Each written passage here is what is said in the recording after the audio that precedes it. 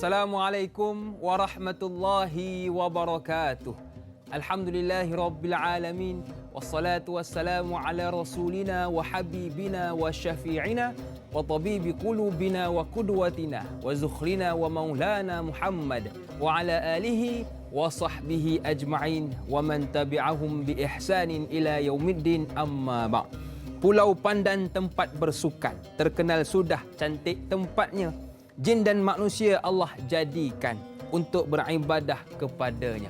Alhamdulillah sidang penonton yang dirahmati Allah sekalian. Hari ini 7 Zulkaidah 1441 Hijrah bersamaan 29 Jun 2020. Alhamdulillah Allah masih lagi memberikan kita peluang dan ruang untuk beribadah kepadanya. Dia sebut tentang ibadah bukan sahaja solat kita, puasa kita, zakat kita, bahkan menonton dan mendengar rancangan ilmu tanyalah ustaz, biar tahu jangan keliru pun merupakan salah satu ibadah. Jadi alhamdulillah, insya-Allah sidang penonton, pagi ini kita ingin membincangkan topik tafsir tentang surah Al-Qamar, bulan terbelah, bersama dengan Al-Fadhil Ustaz Dr. Luqman Ibrahim. Apa khabar Ustaz? Alhamdulillah. Sihat-sihat? Alhamdulillah. Alhamdulillah. Hari ini ada program atau macam mana? Hari ini program di sini, lepas tu kita sambung online Ustaz InsyaAllah. Alhamdulillah. Baiklah Ustaz, terima kasih kerana sudi bersama dengan kami di studio. Dan kepada sidang penonton yang ingin ajukan soalan tentang topik kita pada pagi ini, boleh sahaja buat panggilan ke nombor 1800881677 ke talian bebas tol kita, atau boleh WhatsApp ke nombor kami 0111233680, atau terus ke Facebook kami Tanyalah Ustaz TV3, dan pastikan soalan yang ingin diajukan sekitar tajuk perbincangan kita pada pagi ini, iaitu surah Al-Qamar. Jadi insya-Allah saya rasa cantik kita buka perbincangan kita pada pagi ini dengan sedikit bacaan dari Al-Fadhil Ustaz. Silakan. A'udzubillahi minasyaitonirrajim. Bismillahirrahmanirrahim. Alhamdulillahilladzi arsala rasulahu bil huda wa dinil haqq liyudhhirahu 'ala ad-din kullih wa kafa billahi syahida. Wassalatu wassalamu ala Rasulillah wa ala alihi wa ashabihi wa wala. Terima kasih kepada Dai Hakim, tuan-tuan, puan-puan, sidang penonton rahmat Allah sekalian. Alhamdulillah dapat kita bertemu lagi pada pagi ini untuk siri perbincangan Tanyalah Ustaz, biar tahu jangan keliru. Pagi ini dengan surah Al-Qamar, surah Al-Qamar, dan insya-Allah Ustaz akan baca dulu pada awal ini ayat pertama sehingga ayat kelima insya-Allah, dan kita teruskan perbincangan sampai itu insya-Allah. Baik.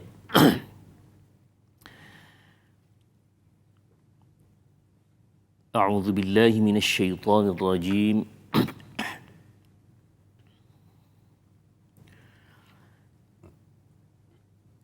Bismillahirrahmanirrahim.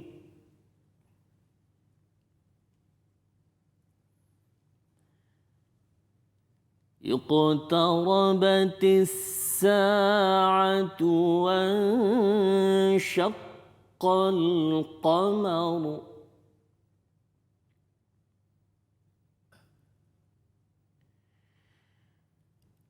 وَإِنْ يَرَوْا آيَةً يُعْرِضُوا وَيَقُولُوا سِحْرٌ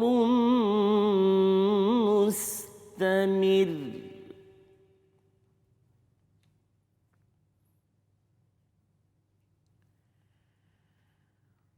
وَكَذَّبُوا وَاتَّبَعُوا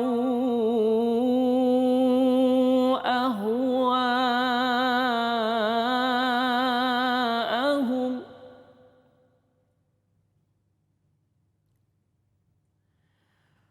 وكل أمر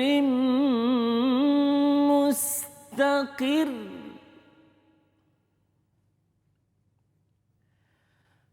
ولقد جاءهم من الأنباء ما فيه مزدجر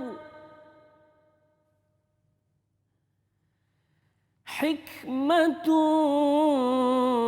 بالغة فما تغني النذر صدق الله العظيم. Dengan maksud ayatnya, telah hampir saat kedatangan hari kiamat dan berlakulah belahnya bulan. Dan kalau mereka kaum musyrikin Makkah melihat suatu mukjizat, mereka berpaling ingkar sambil berkata, ini ialah sihir yang terus-menerus berlaku. Dan telah menjadi adat mereka mendustakan Nabi Muhammad sallallahu alaihi wasallam dan mukjizat baginda, serta menurut hawa nafsu mereka, sedang tiap-tiap perkara tetap menurut keadaan yang ditentukan Allah. Dan sesungguhnya telah sampai kepada mereka dengan perantaraan Quran sebahagian dari kisah dan berita umat-umat yang telah lalu yang mengandungi perkara-perkara yang cukup untuk mencegah mereka dari perbuatan kufur. Yang demikian itu pengajaran cukup sempurna. Dalam pada itu segala peringatan dan amaran tidak akan mendatangkan faedah kepada mereka yang ingkar. Tuan-tuan muslim-muslimat dan rahmat Allah sekalian, surah Al-Qamar ini Allah Subhanahu wa taala memulakan dengan satu kisah yang sangat besar, iaitu tentang mukjizat Nabi sallallahu alaihi wasallam, dan antara mukjizat teragung ini iaitu mukjizat tentang berlakunya belah bulan. Cuma sebelum itu saya nak menarik perhatian oleh kerana kita mula dengan bacaan tadi, iaitu di dalam bacaan Quran, di sana ada yang dipanggil, bila kita baca Quran ini, dipanggil qiraat Quran. Kalau qiraati itu lain. Qiraat maksudnya bacaan-bacaan yang pelbagai di dalam Al-Quran. Quran ini diturunkan, unzil Quran ala sab'ati ahruf. Diturunkan Al-Quran yang 7 huruf. 7 huruf ini dengan pelbagai maksud diterangkan oleh para ulama. Dan cuma yang terjemahan mudah ataupun dekatnya ialah 7 bahasa, sab'a lughat. Itu yang paling mudah untuk difaham. Tapi di sana ada perbahasan ulama yang begitu panjang tentang apa dia Quran disurunkan atas 7 huruf. Baik. Jadi ada bacaan-bacaan yang lain selain daripada bacaan kita yang Ustaz baca tadi satu cara. Kita mudah belajar perkara ini daripada qiraat ini.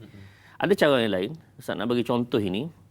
Misalnya kita baca tadi dengan bacaan Hafs daripada Asim. Hafs daripada Asim inilah salah satu imam yang meriwayatkan bacaan Al-Quran. Hafs daripada Asim. Kemudian Asim tu Abdul Rahman As-Sulami, kemudian Zir, kemudian Sayyidina Ali, kemudian adalah lajurannya itu sampai kepada Nabi sallallahu alaihi wasallam. Baik. Jadi di sana ada riwayat yang lain. Riwayat yang lain yang sampai kepada kita dan ini dibaca oleh ulama lain, misalnya namanya Warash daripada Nafi'. Baik, misal contoh. Imam Warash membaca dengan Bismillahirrahmanirrahim. اقتربت الساعة وانشق القمر وإن يروا آية يعرضوا ويقولوا سحر مستمر وكذبوا واتبعوا أهواءهم وكل أمر مستقر ولقد جاءهم من الأنباء ما فيه مزدجر حكمة بالغة فما تغني النذر. Baik. Kalau secara umum kita rasa tak perasan kat mana berubahnya. Tapi tuan-tuan ada sedikit perubahan baca oleh Imam Warash dalam ayat yang kedua. Wa in yarau ayatan dibaca wa in yarawayatan. Ini kaedahnya Ustaz sebut secara umum lah, sebab kalau kita nak perdetailkan jadi satu kelas qiraat pula sini. Topik. Iaitu dia panggil bacaan naqal. Bacaan naqal. Kemudian ayatan itu mad badal, dia jadi 6 harakat untuk bacaan Warash, maka wa in yarawayatan.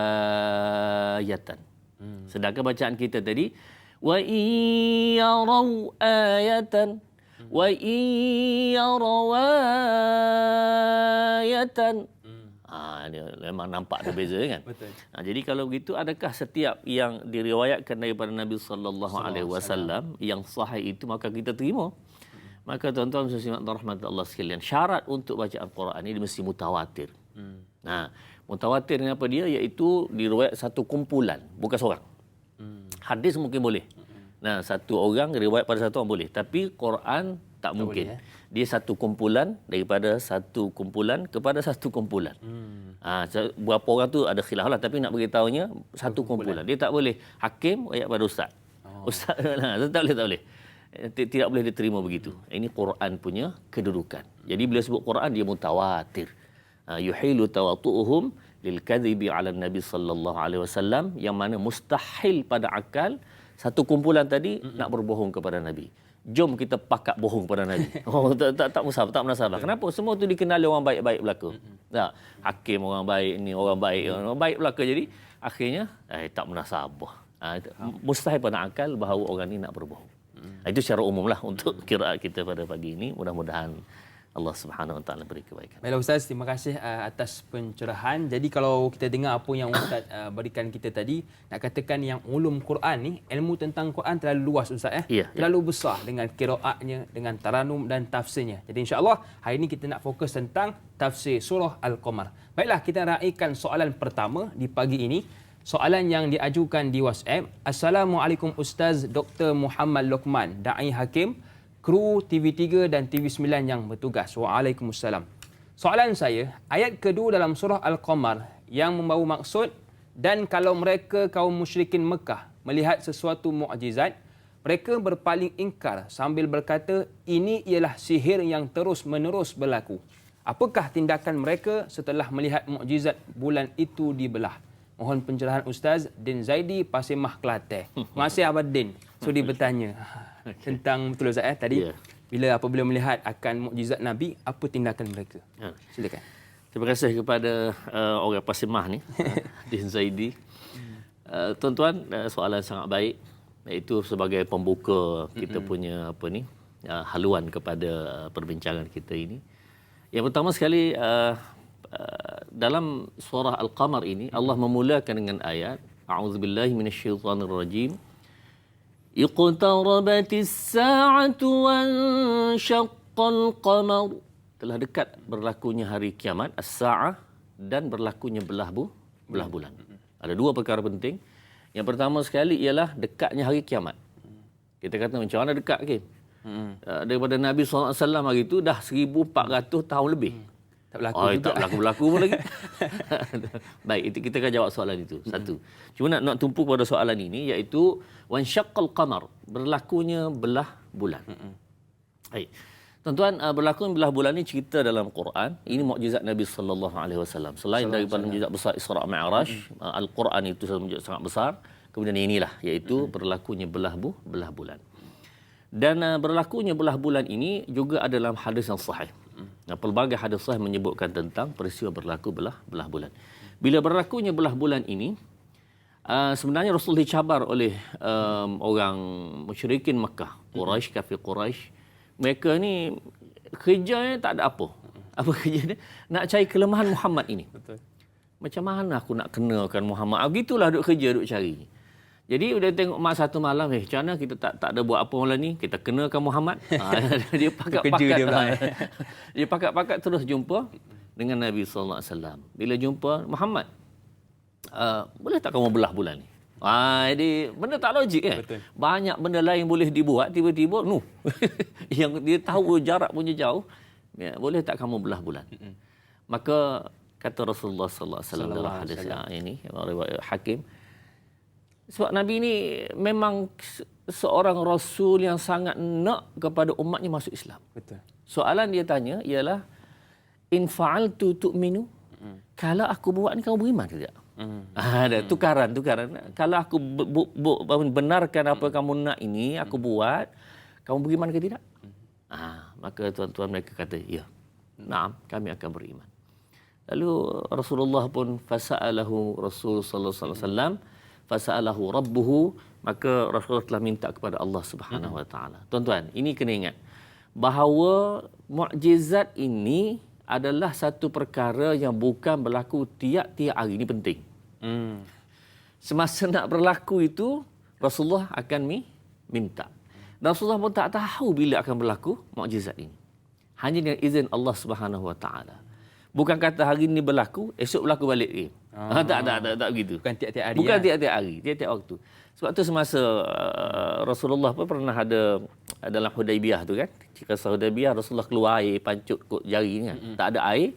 Rasulullah kata bawa air qidir, satu teko. Rasulullah celup tangannya, angkat tangan keluar air. Tapi tuan-tuan, semasa berlaku di Madinah maja'ah, iaitu kemarau panjang, tak ada makanan, apa sahabat buat? Sahabat kata, jom jumpa Nabi SAW. Kenapa? Air kan keluar kot celah Nabi. Tak ada, sahabat tidak buat begitu. Allah Akbar. Buktikan sahabat apa faham mukjizat bukan tiap-tiap hari punya cerita. Dia hanya berlaku dalam kes-kes yang Allah benarkan semata-mata. Maka tuan-tuan, dengan sebab itu saat nak tekan ke perkara ini, jadi Rasulullah minta kepada Nabi SAW. Bila minta, lalulah Allah kurniakan perkara tersebut. Lalu bagaimana cara Rasulullah buat tu tak ada cerita secara dalam hadis, tapi berlaku belah bulan. Satu belah itu diletakkan di atas Jabal Abi Qubais. Tuan-tuan pergi umrah, sekarang tak boleh pergilah, sabar dulu. Nanti insya-Allah dah lega-lega dah boleh okey, Covid ni apa semua insya-Allah. Jabal Abi Qubais. Kemudian sebelah lagi diletakkan di atas bukit namanya Qu'aiqi'an, dua nama itu diletakkan gitu. Baik. Tuan-tuan, Jabal Abi Qubais ini kat mana tempatnya? Kalau tuan-tuan duduk di depan jam besar tu, di Mekah tu kan, duduk kan menghadap ke Masjidil Haram, maka tuan-tuan sebelah kanan ini tuan-tuan akan tengok istana raja, Qasrul Malik. Maka istana itu itulah Jabal Abi Qubais. Letak di situ. Sekarang istana itu dah menutupi bukit tersebutlah, Jabal Abi Qubais. Kemudian satu lagi Qu'aiqi'an.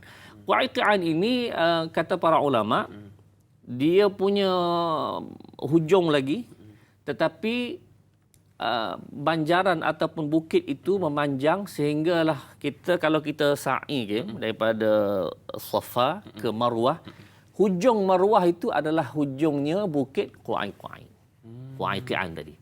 Jadi maknanya daripada sini ke sana tu asalah 1 kilo lebih kot. 1 kilo lebih kurang 1 kilometer tu. Maka itulah tempatnya yang mana berlakunya mukjizat Nabi sallallahu alaihi wasallam. Baik. Soalannya, bila berlaku demikian, adakah mereka beriman ke? Allah Akbar. Ken sila jawab dulu. Jadi kita nak sama-sama dengar, adakah mereka ni kaum musyrikin apabila melihat akan mukjizat tersebut masuk Islam atau sebaliknya. Kita akan jawab selepas ini bersama dengan guru kita insya-Allah. Rehat seketika, kembali selepas ini Tanyalah Ustaz, biar tahu jangan keliru.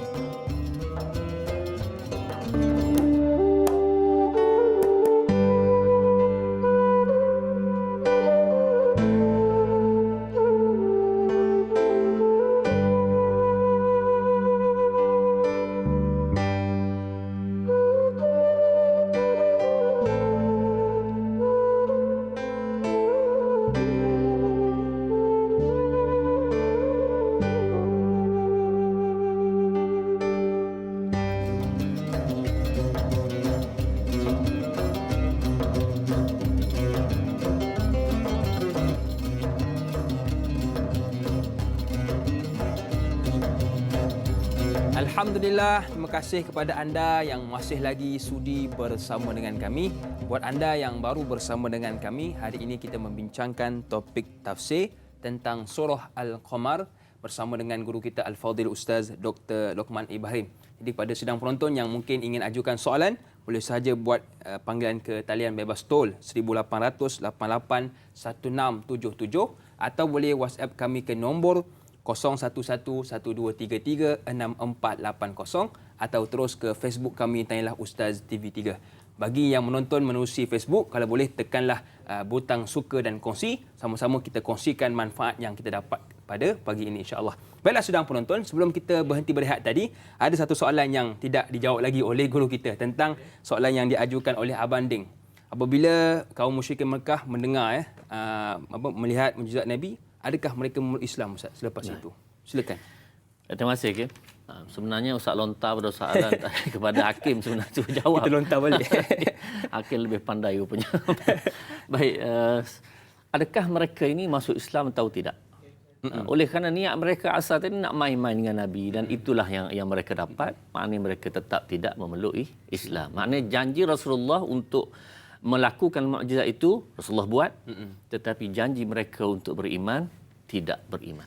Allah. Jadi an zartahum am lam tunzirhum, sama ada kamu memberi inzar peringatan ataupun kamu tidak beri inzar kepada mereka, la yu'minun, tetap mereka tidak beriman. Allah. Jadi apa faedahnya duk beri inzar? Allah kata kalau beri pun sama, tak beri pun sama, tak payahlah.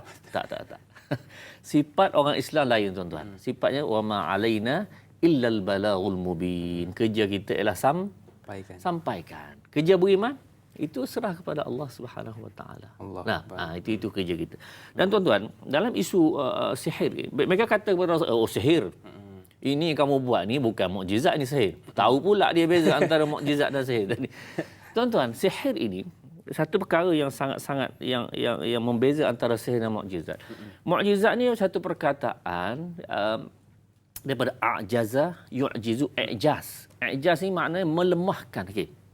Melemahkan. Bila datangnya mukjizat, tak ada siapa boleh lawan. Itu mukjizat. Sihir mungkin boleh lawan, tapi mukjizat tak boleh. Baik, tuan-tuan. Jadi bila Rasulullah buat begitu, semua orang tak boleh nak lawan lagi dah. Memang betul-betul berlaku. Dan sihir pula, sifatnya, kalau dia sihir, contohnya, kalau kita dalam studio ni sihir, orang sini je kena sihir. Luar tak kena dah. Itu sihir.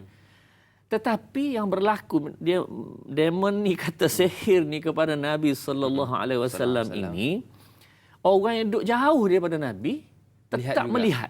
Sepatutnya tak nampak dah kalau itu sihir. Tak, ini mukjizat. Ibnu Mas'ud sebut dalam ini, aku pun dia kata benda sama telah berlaku sihir. Sebab dia duduk tempat lain.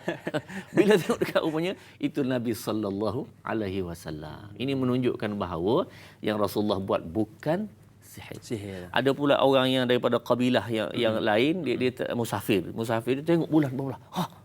Sampai di Mekah dia tanya. Jadi maknanya dia membuktikan ialah ini bukan sihir. Lepas tu kalau orang tengah duk jual ubat ke apa semua, dia sihir kita kat situ, orang lain tak kena.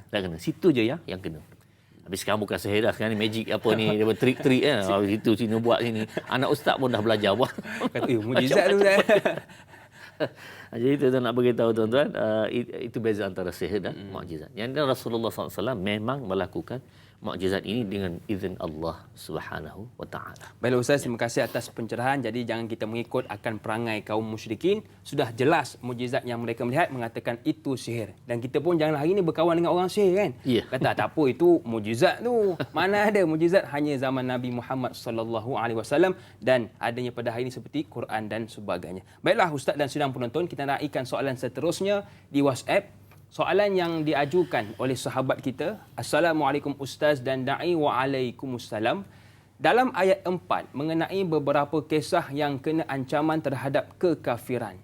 Siapakah yang maksudkan yang kena ancaman dalam ayat ini? Mohon pencerahan Ustaz. Terima kasih Mir. Terima kasih Mir yang sudi bertanya tentang dalam ayat 4 Ustaz, memaklumkan kepada kita yang ancaman. Siapakah golongan itu?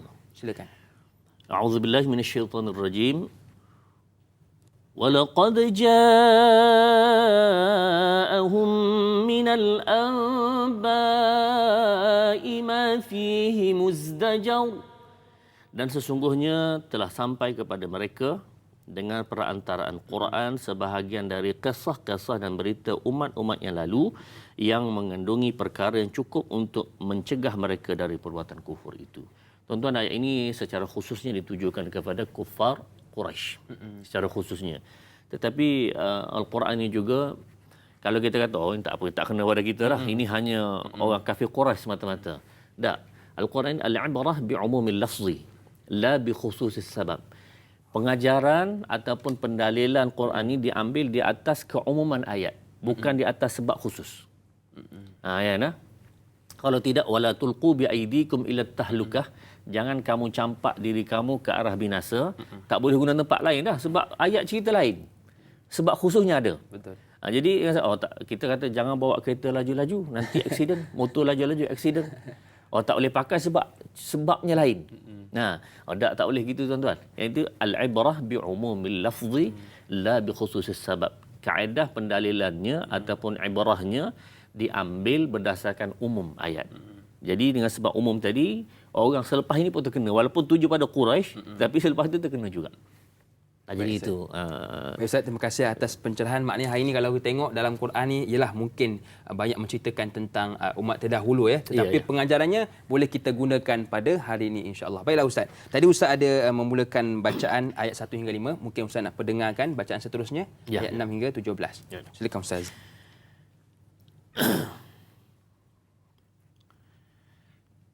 Bismillahirrahmanirrahim.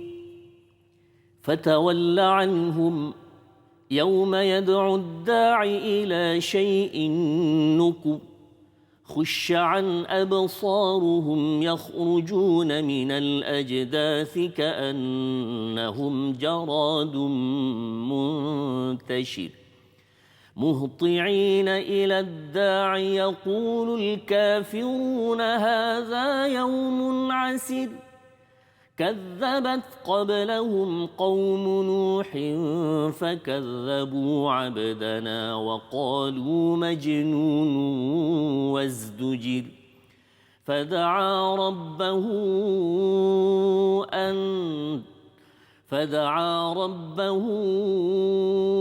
أني مغلوب فانتصر ففتحنا أبواب السماء بماء منهمر وفجرنا الأرض عيونا فالتقى الماء على أمر قد قدر وحملناه على ذات ألواح ودسر تجري بأعيننا جزاء لمن كان كفر ولقد تركناها آية فهل من مدكر فكيف كان عذابي ونذر ولقد يسرنا القرآن للذكر فهل من مدكر. Sadaqallahul Azim. Taranum Ustaz baca tadi Kim. Yang mula-mula tadi adalah taranum mujawad dipanggil. Taranum mujawad tu biasa dibaca dalam musabaqah. Kemudian yang ini dia panggil taranum murattal. Murattal ni mudahnya dibaca dalam sembahyang. Imam Mekah selalu baca, Madinah apa semua tu selalu baca dengan bacaan murattal. Itulah ya.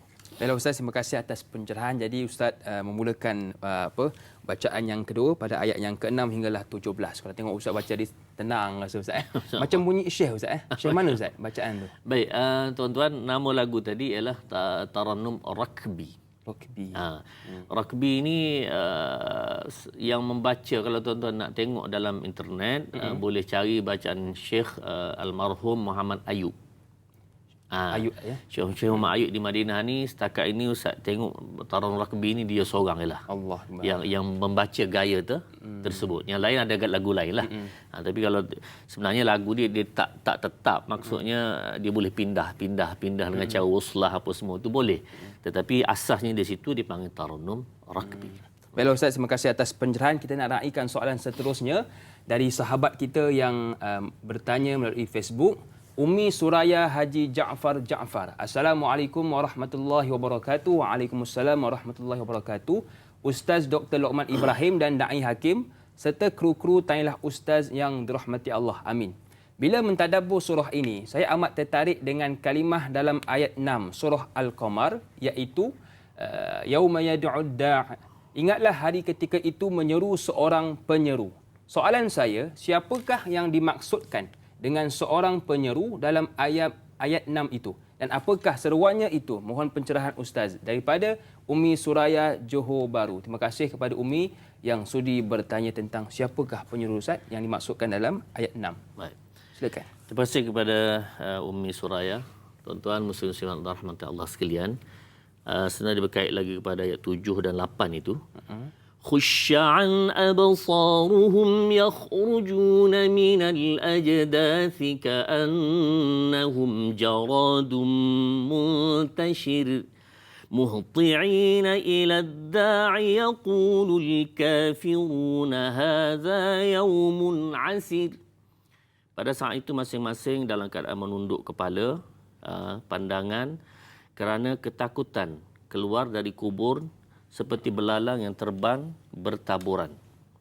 Masing-masing dengan keadaan yang cepat menuju kepada penyeru itu. Pada saat itulah orang kafir berkata, hari ini adalah hari yang amat sukar.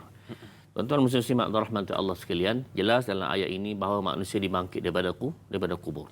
Bila bangkit daripada kubur, mereka akan keluar daripada kubur tersebut dalam keadaan yang, maklumlah dalam kubur ini, Masya Allah tuan-tuan, ada orang dapat nikmat, Alhamdulillah. Betul. Nah, yang tak dapat nikmat, yang dapat kesusahan disempitkan kuburnya, maka dia nak keluar daripada kesusahan tersebut. Jadi melompat terus keluar daripada kubur ini seperti belalang. Maknanya bila kita lepaskan, buka tutup, kalau belalang dalam balang tu kan, kita buka dia akan melompat keluar dengan begitu. Itulah gambaran sebagai manusia yang keluar daripada kubur. Dan penyuruh pada masa itu adalah malaikat yang akan membahagi-bahagikan manusia ini, sama ada orang baik ataupun orang yang jahat, orang Islam dan orang kafir, maka akan dipisahkan di situ. Jadi insya-Allah selepas ini ada lagi akan disambung dengan kisah-kisah bagaimana Allah Subhanahu Wa Taala menggambarkan keadaan yang seterusnya. Baiklah Ustaz, terima kasih atas pencerahan. Makna penyeru itu ialah malaikat Ya, lah. malaikat. Dan semoga kita dipisahkan bersama dengan golongan orang Islam. Baiklah Ustaz, kita nak teruskan soalan yang seterusnya. Tadi kita dah bincangkan ayat 1, ayat 2, 3, 4, 5 dan 6. Kita terus ke soalan yang seterusnya.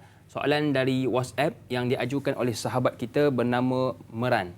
Assalamualaikum Ustaz Luqman dan Da'i Hakim. Waalaikumsalam. Di dalam ayat ke-10, Allah Subhanahu Wa Taala berfirman, lalu dia berdoa merayu kepada Tuhannya dengan berkata, sesungguhnya aku ini dikalahkan oleh kaumku yang ingkar. Oleh itu menangkanlah daku terhadap mereka. Benarkah dakwaan sesetengah pihak bahawa Nabi Nuh berputus asa terhadap berdakwah pada kaumnya?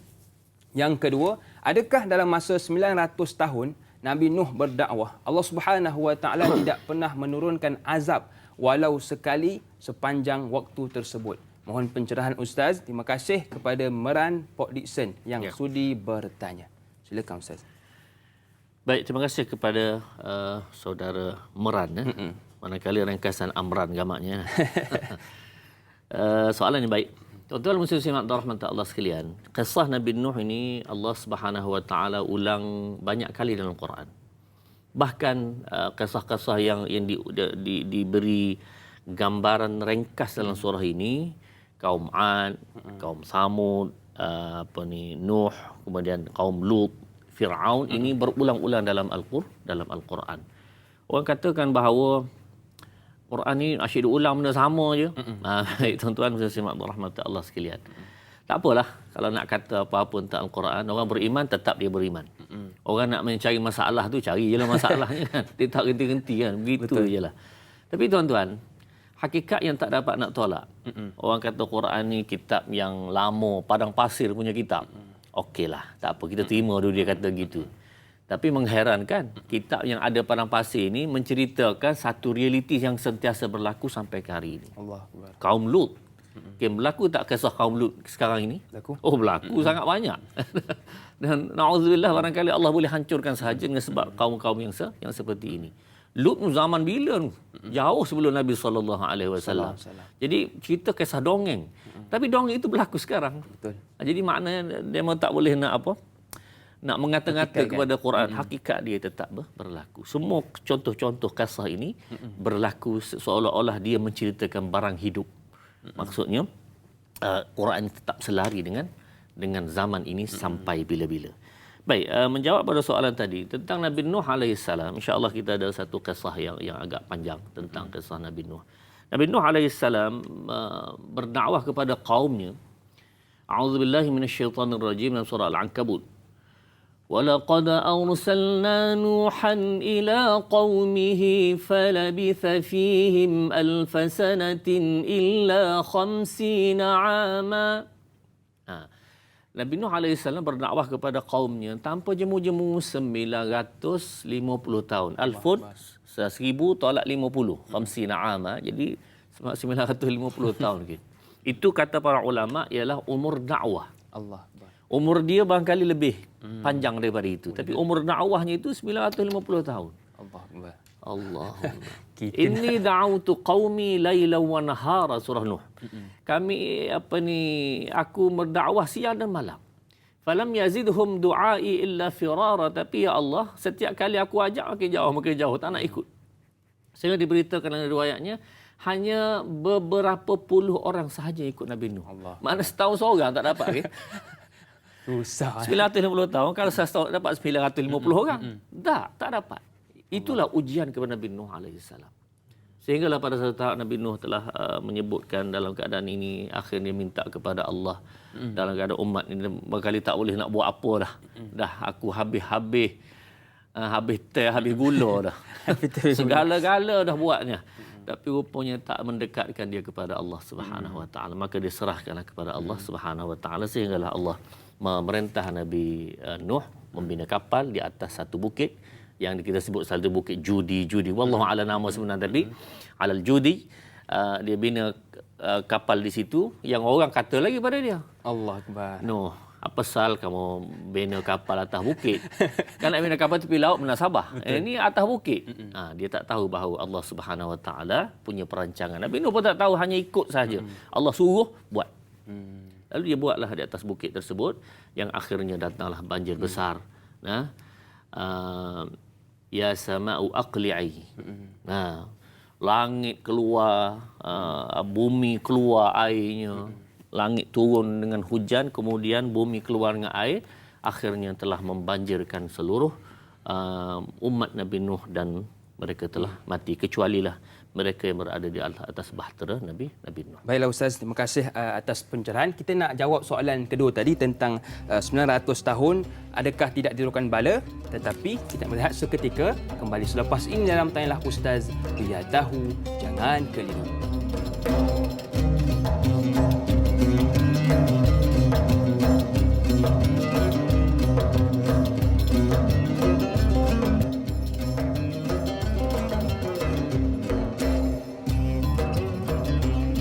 Nuh, Hud ada diceritakan kisah mereka yang dipermainkan.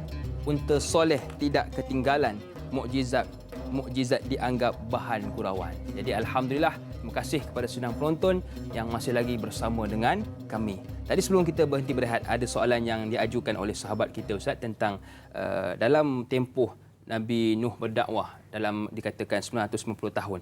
Tiadakah diturunkan azab kepada kaumnya? Silakan. Baik, terima kasih kepada soalan meran lagi tadi kan. Soalan yang baik, tuan-tuan muslimin rahmati Allah sekalian. Sebenarnya kisah Nabi Nuh ini Allah lebih menumpukan kepada bagaimana Nabi Nuh berdakwah yang jangka masa 950 tahun, sangat panjang, dan akhirnya keputusan daripada Allah Subhanahu Wa Taala. Tidaklah diceritakan secara detail tentang adakah ada azab-azab yang lain. Maka yang itu kita abaikan dulu. Yang kita tumpukan adalah tentang bagaimana keputusan yang Allah Subhanahu Wa Taala buat. Ya, ada yang Allah berikan keputusan itu secara tiba-tiba. Maksudnya dengan doa nabi-nabi yang lepas lalu Allah hancurkan kaum, ada. Tetapi ada juga Allah beri penangguhan. Misalnya kepada umat Muhammad sallallahu alaihi wasallam beri penangguhan. Tapi poinnya ialah bahawa orang yang mana tidak mengikut perintah nabi-nabi sezamannya itu, pada zamannya, maka Allah buat keputusan untuk menghancurkan. Baiklah Ustaz, terima kasih atas pencerahan. Jadi masuklah kita pada hari ini, kalau boleh ikutlah apa yang dianjurkan oleh junjungan besar Nabi Muhammad sallallahu alaihi wasallam. Jangan kita jadi seperti dengan kaum Nabi Nuh yang ingkar dan akhirnya dihancurkan oleh Allah Subhanahu wa taala. Baiklah Ustaz dan sedang penonton, saya tertarik soalan yang diajukan oleh sahabat kita di Facebook. Nurul Huda Tajuddin. Assalamualaikum Ustaz dan da'i serta kru semua. Waalaikumsalam. Pada ayat ke-14 surah Al-Qamar ada menceritakan tentang Sidratul Muntaha. Apakah yang terdapat di Sidratul Muntaha? Mohon pencerahan. Terima kasih juga kepada Nurul Huda yang sudi bertanya tentang Sidratul Muntaha. Mungkin Ustaz ada sedikit pencerahan. Baik, terima kasih kepada Nurul Huda. Soalan yang baik. Sebenarnya Ustaz Asad ada sedikit khilaf di sini. Ayat 14 tentang Sidratul Muntaha ini surah An-Najm. Makna selepas ini. Kalau anggap Ustaz minggu depan punya tu. An-Najmu Al-Qamaru. Jadi kita bincang surah Al-Qamar. Barangkali Nur Huda tersilap buka sedikit. Ayat 14 itu inda sidratil muntaha indaha jannatul ma'wa. Di sidratul muntaha tu ada jannatul ma'wa. Jadi tak apalah nanti Ustaz berkenaan sebab pada pagi saya mungkin pagi kot. InsyaAllah pada minggu depan Ustaz berkenaan akan jawablah soalan ini. Baiklah Ustaz, terima kasih atas pencerahan. Tidak mengapa ya Nurul Huda Tajuddin. Mungkin terima kasih biasalah pagi-pagi ni tersalah buka dan sebagainya. Baiklah Ustaz. Bila Ustaz sebut juga tadi tentang dalam surah ini disebut terbelahnya bulan. Ustaz ada mengatakan tadi terbelah bulan ini menunjukkan suatu mukjizat Nabi Muhammad SAW. Jadi ada soalan yang saya rasa boleh kita kaitkan. Soalan yang diajukan oleh sahabat kita di WhatsApp. Assalamualaikum Ustaz dan da'i. Waalaikumsalam. Dalam ayat 15, Allah berfirman mengenai kapal sebagai tanda pengajaran dan adalah orang yang mahu mengambil pelajaran. Mengapakah Allah Subhanahu Wa Taala menyuruh mengambil pelajaran dari kapal dan apakah pelajaran yang boleh didapati dari kapal? Mohon pencerahan Ustaz. Terima kasih. Terima kasih kepada Zul Kuala Kerai Kelantan yang sudi bertanya. Pagi ni ramai orang Kelantan Ustaz yang bertanya. Betul Ustaz? Apakah pengajaran dari kapal tersebut? Baik, terima kasih tuan-tuan dan puan-puan rahmat Allah sekalian. Ustaz pernah dengar daripada zaman sekolah lagi tentang ceramah-ceramah daripada asatizah kita berkenaan bila disebutkan kapal Nabi Nuh, dia bukan hanya kapal semata-mata nak cerita kisah itu sahaja. Itu bukanlah satu penceritaan sangat penting. Tetapi nak beritahunya ialah pada banjir yang cukup besar. Ya jibalu awibi ya sama wa aqli'i wa ghidal ma' semua sekali keluarnya air atas dan bawah itu tuan-tuan, yang akhirnya yang menyelamatkan manusia pada masa itu ialah kapal Allah. Hanya beberapa puluh orang saja di atas kapal tersebut. Dan juga katanya ada binatang-binatang sepasang-sepasang kambing, ayam lah apa semua ke atas tu. Allah Taala alam. Cuma tuan-tuan, ulama memberi tamsilan di zaman sekarang ini ya, walaupun kita kata kalau malapetaka barangkali kita kata COVID lah. Tapi sebenarnya tuan-tuan ada malapetaka lebih besar daripada itu. Allah. Apa dia? Iaitu manusia buka mata sampai tidur balik, maka dia akan bergelumang dengan dosa. Dosa yang paling mudah ialah dosa media sosial. Allah. Yang digunakan untuk buat dosa lah. Facebook. Kalau buat benda baik, alhamdulillah. Dosa online. Dosa online. Celik mata sampai tidur balik. Orang nak fitnah orang, senang sekarang. Betul. Tulis aja apa-apa. Bukti, awak sila bawa bukti. Kalau tak benar, saman saya. Mana boleh gitu, tak kena. Islam tak kena, sivil pun tak kena. Jadi maknanya, ini menunjukkan bahawa mudahnya buat dosa. Jadi para ulama mengatakan, macam mana cara nak lari daripada dosa ini? Naiklah kapal ini. Ni. Kapal apa tuan-tuan?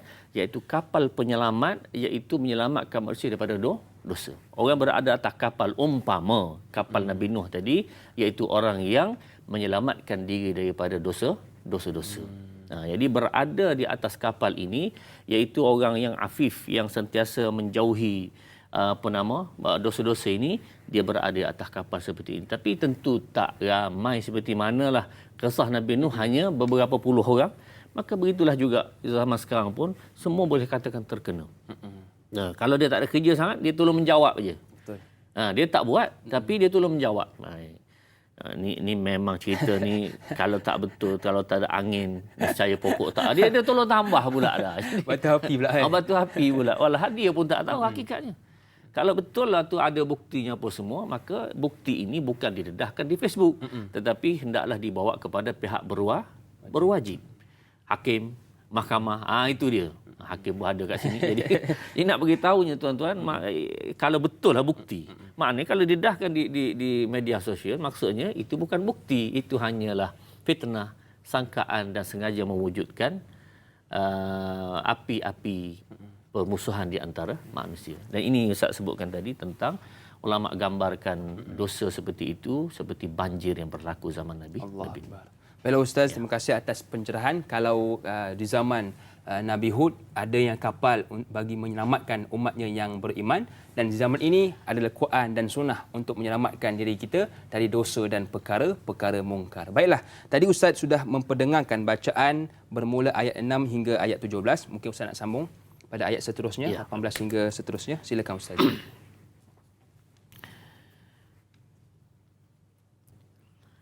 Bismillahirrahmanirrahim.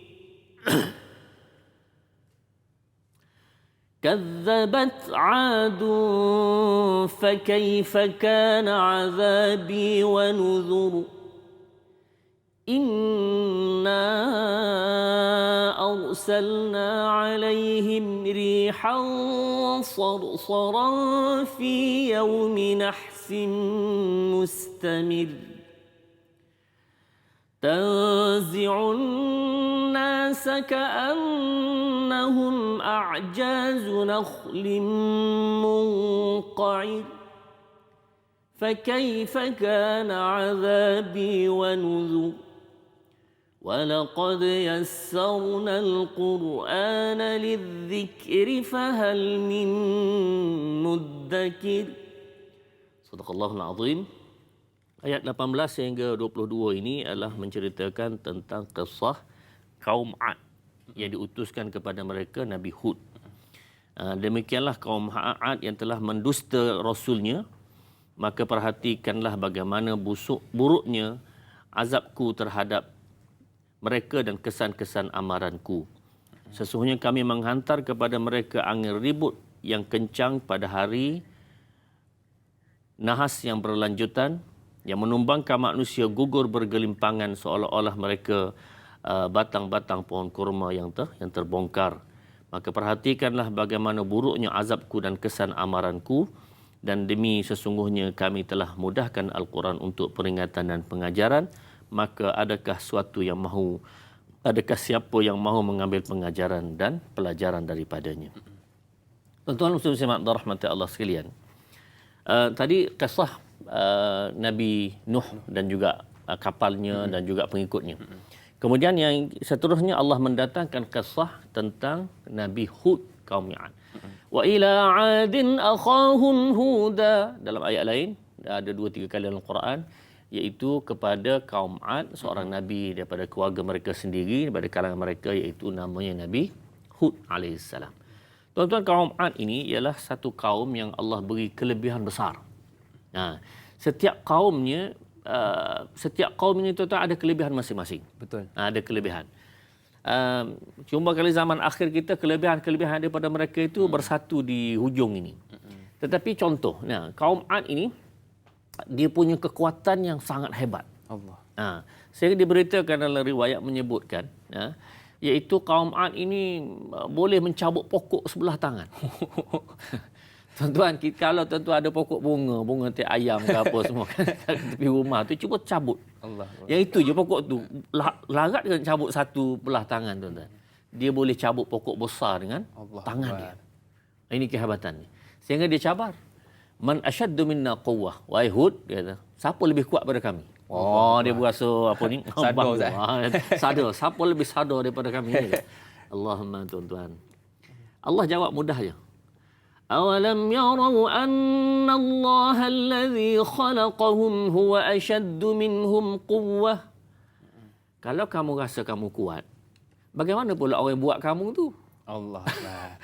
Itu jawapan mudah. Ya, tak ya juga. Terdiam lah. Makna terkedu. Tentulah yang buat terlebih kuat. Jadi ini menunjukkan bahawa, tuan-tuan, itu kelebihan kaum Hud dan teknologi yang mereka ciptanya apa semua. Tapi nak beritahu itu kelebihan mereka. Allah bukan nak hilangkan kamu punya kekuatan, kamu punya teknologi, kamu punya semua, bukan nak hilangkan itu. Yang Allah nak, Rasul ini pula datang bukan nak suruh rebut ketua tadi, tak. Betul. Kamu dah perintah elok-elok, datang seorang Rasul, ikut Rasul dan lantik dia menjadi raja ketua. Tak, tidak begitu. Tetapi yang hanya disuruh ialah dengan ketua, raja kamu, dengan semua, tak apa, teruskan. Kaya kamu, hebat kamu, teruskan. Tapi kamu taat kepada Allah dan Rasul pada zaman. Allah. Itu je yang nak. Yang lain, kamu jalan seperti biasa. Sebab Rasul ni bukan nak kepada kerajaan itu. Betul. Tuan-tuan, kalau kita cek, Kim, Rasul yang sempat jadi raja lah, jadi ketua negara, berapa orang? Cuba bilang, Kim. Rasul SAW, boleh, sempat lah. Kemudian siapa lagi? Nabi Daud. 2. Sulaiman. 3. 3. Siapa lagi? Mula-mula fikir kita, Nabi Yusuf, Menteri Keuangan. Al-Aziz, raja tu masih ada di atas dia. Tapi nak beritahunya, ini 3-4 orang ini je lah. Yang lain tak ada. Betul. Menunjukkan bahawa bukan matlamat untuk menjadi pemerintah itu, tetapi matlamatnya supaya manusia taat kepada Allah. Itu nombor 1. Itu jadi poin daripada sini ialah walaupun kaum Ad ni ada kelebihannya, tetapi nak suruh taat saja kepada Allah. Cukup. Baiklah Ustaz, terima kasih atas pencerahan. Hari ini kalau kita rasa kita ada kekuatan, betul lah kata Nabi, kalau hari ini kita rasa kita hebat, tengok orang atas kita. Lagi hebat daripada kita untuk mendatangkan rasa tawadhu'. Baiklah Ustaz, kalau tengok pada ayat yang ke-17. Boleh tengok pada ayat yang 17. Allah berfirman, "Walaqad yassarnal Qur'ana lidzikri fahal mim muddakir." Ayat yang ke-17 ini diulang sebanyak 4 kali Ustaz. Kalau tengok ayat yang sama, diulang sebanyak 4 kali dalam surah ini. Kenapa diulang sebegitu? Ya. Kan ada pencerahan. Terima kasih, Kim. Ayat 17 dan ada 4 kali berturut-turut, tuan-tuan. Cuba tengok dalam surah Al-Qamar. 17, saya tak tanda nombor tadi. Cuba tengok lagi pada ayat nombor 22 dan seterusnya. Ada 4 kali dalam surah Al-Qamar. وَلَقَدْ يَسَّرْنَا الْقُرْآنَ لِلذِّكْرِ فَهَلْ مِن مُدَّكِرٍ. Kami permudahkan Al-Quran lidzikri. Lidzikri ini ada 2 tafsiran. Pertama, untuk peringatan. Ini mudahlah kita faham, iaitu setiap kisah-kisah itu Allah menjadikannya sebagai apa? Peringatan. Itu mudah. 1. Yang kedua adalah lidzikri, maksud untuk ingat. Maksudnya mudah Quran untuk diingat. Hakim pernah ngapal Quran, Hakim tahu. Iaitu maksudnya Quran mudah nak ingat. Mudah juga nak lupa. Lagi mudah nak lupa. Lagi mudah nak lupa dah. Lahu asyaddu tafassiyan. Quran ni tafallutan, iaitu mudah untuk lupa kalau tak ulang. Baik tuan-tuan. Jadi Ustaz nak beri tumpuan yang kedua itu. Yang pertama itu sebab kita akan bincangkan seterusnya, iaitu lidzikri, untuk peringatan satu, yang kedua untuk ingat. Tuan-tuan, Quran ni mudah untuk ingat. Baik. Bagi orang yang mana dia dapat menghafal Quran, anak kita, cucu kita apa semua dapat menghafal Quran, alhamdulillah. Tapi kena mulazamah lah, kena mengulang murajaah dan seterusnya. Kemudian yang kedua, bagi kita yang tak sempat nak menghafal Quran, boleh ke tidak, Hakim? Ni Ustaz nak beri keadaan mudah untuk tuan-tuan puan-puan di luar sana. Betul. Nak menghafal Quran, boleh. Bagaimana caranya? Tuan-tuan, khususkan contohlah, surah Al-Qamar ini lebih kurang 3 muka surat lah. Separuh tu jadi 4, tapi memang 3 muka surat lebih kurang. 3 muka surat ini, tuan-tuan khususkan 1 muka dulu. Contoh ambil yang pertama tu, lebih kurang separuh muka tu, maka ambil itu, di situ pendek. Baik. Tuan-tuan, mula daripada lepas tanya Ustaz, bukan sekarang dengar dulu. Sekarang khusyuk dulu. Sekarang dengar dulu. Lepas ni tuan-tuan mula, ya. Tuan-tuan ambil earphone, letak kat telinga. Cari dalam internet itu bacaan surah Al-Qamar ini. Ulang. Iqtarabatis sa'atu wa syaqqal qamar wa in yaraw ayatan yu'ridu wa yaqulu sihrun mustamir wa kadzabu wattaba'u ila akhir ayat. Baik. Dengar, ulang balik. Berarti ikut sikit-sikit. Ikut lagi. Baca bersama-sama itu berkali-kali. Berapa kali terpulang. Maksudnya sebab orang punya kekuatan mengingat itu berbeza. Jadi ulang, ikut tanpa menghafal. Insya-Allah tuan-tuan, kalau setengah muka ni bagi orang biasalah. Ustaz rasa sekitar kalau dengar pagi dengar dalam 10 minit, tengah hari 10 minit, petang 10 minit, malam 10 minit, setengah muka tu ingat dah. Dengar ulang dengan cara mendengar tanpa menghafal. Apa beza dengar menghafal tadi? Beza. Menghafal ni maksud dia kena buka gini. Bismillahirrahmanirrahim. Hakim tahu dia pengalaman. Iqtarabatis sa'atu wa syaqqal qamar. Pergi depan guru pula. Hakim baca. Baca iqtarab Allah tak ingat Ustaz kepala ayat sikit kepala dia. Itu biasa kan? Jadi tak ingat. Jadi tuan-tuan, kaedah itu secara khusus boleh. Tapi bagi kita yang ada kesibukan, yang ada tugas-tugas lain, tuan-tuan mendengar begitu saja. Untuk surah Al-Qamar ini tuan-tuan, 3 muka surat lebih kurang ini, Ustaz rasa mengambil masa 3 hari untuk ulang-ulang tu ingat insya-Allah. Insya-Allah. Baiklah Ustaz, terima kasih atas pencerahan dan kaedah untuk menghafal. Yalah, kadang-kadang kita sibuk Ustaz kekangan masa dari sudut nak kerjanya, nak jaga keluarga. Jadi insya-Allah dengar selalu kita boleh ingat Quran. Baiklah sedang penonton, kita nak rehat lagi. Insya-Allah kembali selepas ini dalam Tanyalah Ustaz, biar tahu jangan keliru.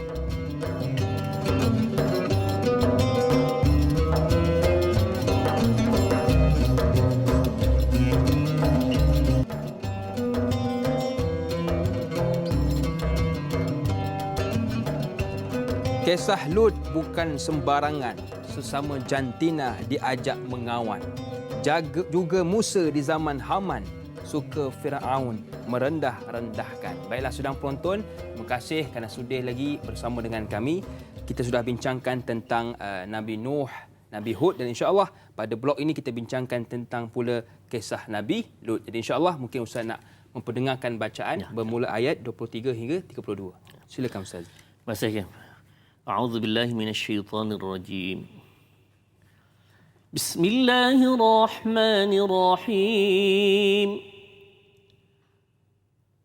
ولقد يسرنا القرآن للذكر فهل من مدكر كذبت ثمود بالنذر فقالوا أبشرا منا واحدا نتبعه إنا إذا لفي ضلال وسعر ألقي الذكر عليه من بيننا بل هو كذاب أشر سيعلمون غدا من الكذاب الأشر إنا مرسل الناقة فتنة لهم فارتقبهم واصطبر ونبئهم أن الماء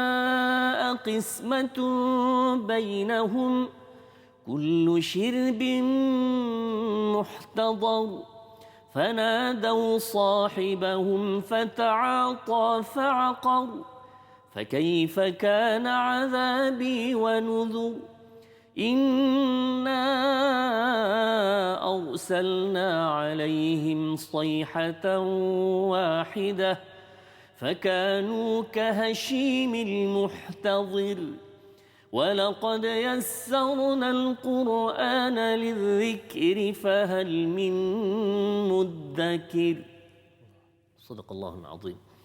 Jadi kalau kita melihat mana setiap hujung cerita tadi Allah letak walaqad yassarnal Quran lidzikri fahal min muddakir. Jadi Allah permudahkan semua kisah-kisah tadi, cerita-cerita tadi untuk manusia mengambil peringatan. Maknanya senang sahaja untuk mereka lihat, untuk mereka faham dan mereka ambil pengajaran. Jadi senang faham, senang melihatnya, tak ambil pengajaran, masalah. Jadi berkait dengan menghafal Quran secara mudah tadi, ulang-ulang sahaja itu tadi, tuan-tuan boleh buat di rumah, tuan-tuan boleh buat atas kereta. Betul. Pakai je earphone tu kan, pasang atas kereta pun tak apa. Atas motor boleh. Jadi tak ada sebab.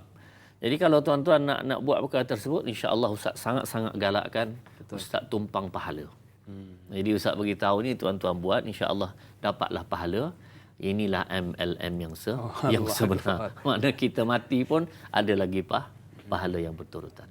Baiklah Ustaz, terima kasih atas pencerahan. Maknanya hari ini semua orang boleh hafal Quran ya. Bukan terhad kepada orang muda saja. Yalah kadang-kadang akak tu kata akak bukan tak nak hafal, dan akak ni dah tua. Otak pun kadang-kadang pintu nak masuk pun tertukar dengan pintu nak keluar. Jadi tak ada alasan. Dengar Quran selalu, insya-Allah Quran akan menjaga kita daripada sifat tua, insya-Allah. Baiklah Ustaz dan sidang penonton, kita raikan soalan seterusnya di Facebook yang diajukan oleh sahabat kita Sahziatul Siddiq. Assalamualaikum Ustaz dan Da'i. Waalaikumsalam. Ayat 27. Sesungguhnya kami menghantarkan unta betina yang menjadi mukjizat sebagai satu ujian bagi mereka. Apakah yang dimaksudkan dengan unta betina yang menjadikan mukjizat? Mengapakah unta betina merupakan ujian buat mereka? Mohon pencerahan Ustaz. Sekian, terima kasih. Terima kasih juga kepada Sah Ziatul Siddiq yang bertanya tentang unta betina. Ya. Silakan. Tuan-tuan muslim rahmatullah sekalian, terima kasih kepada Sah Ziatul Siddiq. Soalan yang baik. Setiap nabi-nabi, rasul-rasul yang Allah beri mukjizat itu berbeza-beza. Kita Nabi Nuh dengan kapalnya, betul. Nabi Hud tadi, kemudian sekarang kaum Samud. Kaum Ad sebelum tadi, kemudian kaum Samud. Wa ila Samud akhahum Salihah. Kepada kaum Samud Allah utuskan seorang rasul namanya Nabi Saleh. Nah, Nabi Saleh ini dengan namanya pun Saleh dan memang dia saleh sungguh dan lembutnya orangnya. Nah, sangat lembut dengan sifat dan perwatakannya semua sekali Nabi Saleh. Kaum Nabi Saleh ini dia punya kelebihannya perkara lain. Nah, Samud ni tuan-tuan, buka dalam internet, ada saya dengar pun ramai antara tuan-tuan dah pergi, iaitu satu tempat Petra dia panggil, di utara dekat Jordan, Saudi apa semua tu kan tuan-tuan. Kaum Samud ini kelebihannya ialah tanhitunal jibala buyuta. Mereka memahat bukit jadi rumah. Nah, kalau tuan-tuan tengok cerita-cerita Hollywood yang berlakon dalam bukit apa semua, kat situlah dia buat tu. Nah, sampai ke hari ini masih kekal. Dalam Quran sebut tudammiru kulla syai'in bi amri rabbiha fa asbahu la yura illa masakinuhum. Allah hancurkan mereka semua sekali, tapi tinggal rumah aja. Rumah Allah tak hancurkan, masih ada sampai ke hari ini kita boleh tengok tuan-tuan. Bagaimana eloknya seni bina mereka itu. Kita sekarang ini nak buat rumah atas bukit boleh, tapi mereka buat rumah dalam bukit. Dalam bukit. Lain macam. Dipahatnya batu-batu bukit semua sekali jadi rumah. Ini kelebihan kaum Samud. Tetapi mereka punya masalahnya ialah tentang air. Kita kata di bukit kan, barangkali nak pergi pun payahlah kot. Jadi dengan sebab itu, bila ada air ini, Allah uji kaum mereka ini dengan air, iaitu datangnya seekor unta besar, bersama wallahu alam, unta besar, yang dia kena geler-geler. Maksudnya hari pertama dia boleh ambil air itu, isilah dia punya apa bejana ke bekas apa semua, air tak apa. Esoknya tak ada air. Yang ada susu unta sahaja. Unta tu minum semua air. Begitulah selang. Yang sehingga tuan-tuan akhirnya mereka tak puas hati. Nabi Saleh telah beri amaran supaya jangan kamu buat jahat. Jangan buat su' kepada unta tersebut, kerana Allah Subhanahu Wa Taala akan balas. Tapi mereka tak puas hati, pergi sembelih. Ialah unta, bolehlah dia sembelih. Begitu kita tengok dalam YouTube tu pun, kalau nak sembelih unta ni bukan payah sangat pun, dia senang pergi biasa tak sikit je, dia kemudian menggelupur jatuh.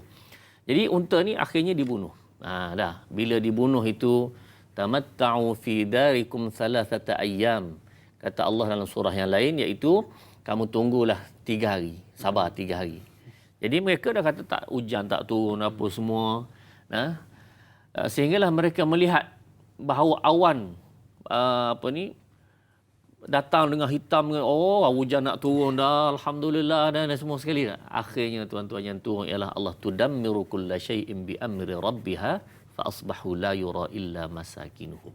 Jadi kalau soalan tadi berkaitan macam mana unta tadi, Ustaz katakan bahawa yang unta ini barangkali ada kaitan dengan kisah air itu. Iaitu zaman walaupun mereka teknologinya hebat, tapi mereka kekurangan air, yang Allah uji mereka untuk mentaati perintah Nabi tadi dengan cara datangnya seekor unta betina.